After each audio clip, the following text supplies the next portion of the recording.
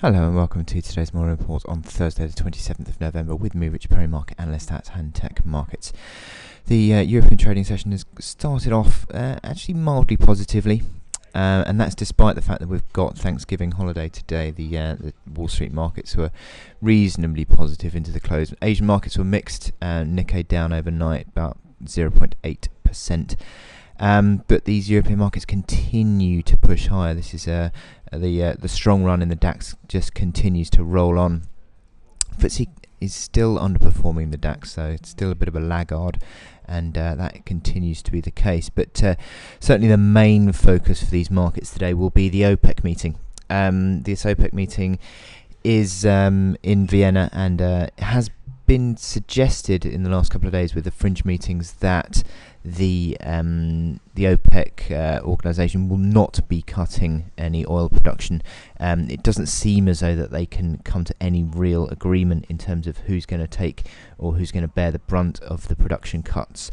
This is WTI actually over the past few years, and you can see this sharp decline that we've seen in WTI in the last few months. This is on a monthly chart. In fact, this is a similar move than what we saw in compared to what we saw in 2011. So is we're actually now at a new 4-year low on WTI, and that has certainly set us up for this meeting. As I said, there's no real expectation of any change to production levels, and if that does turn out to be the case today, the announcement from the main meeting would drive oil prices lower, you would imagine, and that WTI price would continue to fall away. Now I'm going to look at Brent Crude in my chart of the day in a minute, so I just thought I'd give you a look at WTI in the meantime. In terms of other markets, forex sort of trading fairly. Sort of dollar is trying to claw back a little bit, but it's sort of largely mixed. The euro's a bit weaker again, and also the euro's weaker with the inflation data that's coming out this morning. Spain has announced a miss of its inflation, and it's also dropped to 0.5% negative on its inflation. So that has certainly hit the euro this morning. The euro had looked to be fairly positive before that announcement, so the pressure looks to be back on, and throughout the morning we're going to get the German regions announcing their inflation data, and then subsequently the Germany as a whole around about 1 o'clock this afternoon will be announced.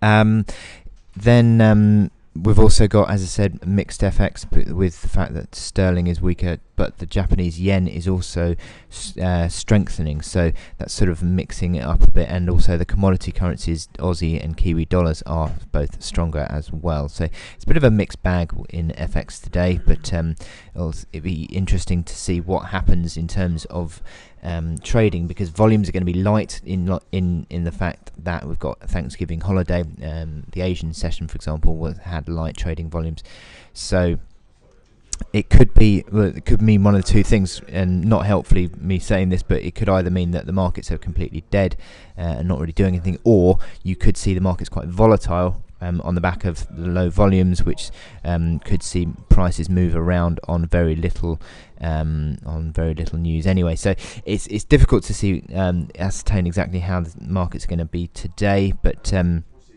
it could still be an interesting one. So we'll wait and see what happens out of that OPEC meeting and the impact it has on financial markets around the world. So the main focus, as I said, is going to be on my chart of the day, which is the Brent crude price. And Brent crude has been in this downtrend, this big downtrend, for the past, certainly since June. But you've got a solid downtrend in that in the last couple of months, really, and it continues to fall away. We've seen this price bounce slightly in the last hour or so, but certainly the new low that's fallen below that 76 support that we had on the 14th of November, that just confirms that the weakness that we're seeing. It sort of suggests that the market is pricing in a no production cut. Pricing in no production cut for oil today. And as I said, if that happens, then we could easily see oil spiking lower again. We've got to go all the way back to 2010 until we get the main body of support that comes in.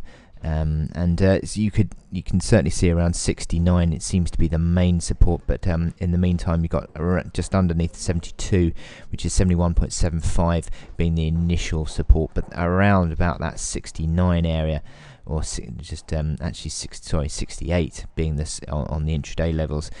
68 seems to be the support that comes in. So that's quite a long way back from where we are at the moment on Brent. So there is still the possibility of further weakness, and certainly I think it's going to be a volatile day on the oil market.